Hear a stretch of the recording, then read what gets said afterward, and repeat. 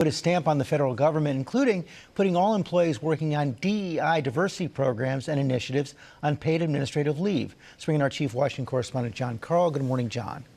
Good morning, George. There is a lot of confusion across the federal workforce this morning about several of these orders. This one on DEI calls for an end to all diversity, equity, and inclusion programs across the federal government, telling the employees who work in such programs to stop working as of 5 o'clock yesterday on paid administrative leave.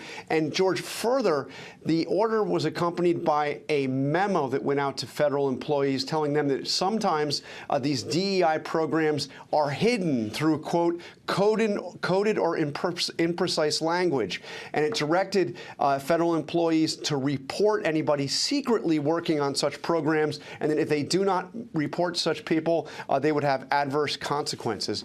There was another order that directed the Department of Justice to freeze all ongoing litigation out of the Civil Rights Division, very large division at the Department of Justice. And George, and yet another one, public health agencies that would include the CDC and the FDA have been directed to pause all external communications. This would theoretically include upcoming reports on the bird flu crisis. And John, 160 members of the national security staff in the White House have been sent back to their agencies.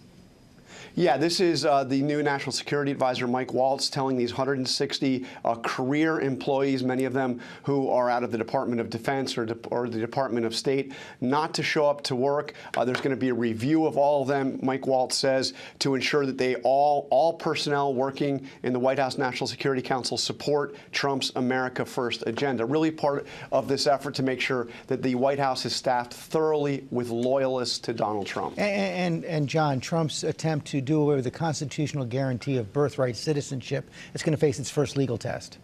Yeah, there's going to be a lot of legal challenges here. This is to undo what is in the 14th Amendment to the United States Constitution. That is that if you are born in the United States, you are an American citizen. Donald Trump's executive order on this tries to revoke that right. The first test of that will be in Seattle today. It's an effort to put a temporary restraining order on that while the inevitable legal challenges work their way through the courts. John Carl, thanks.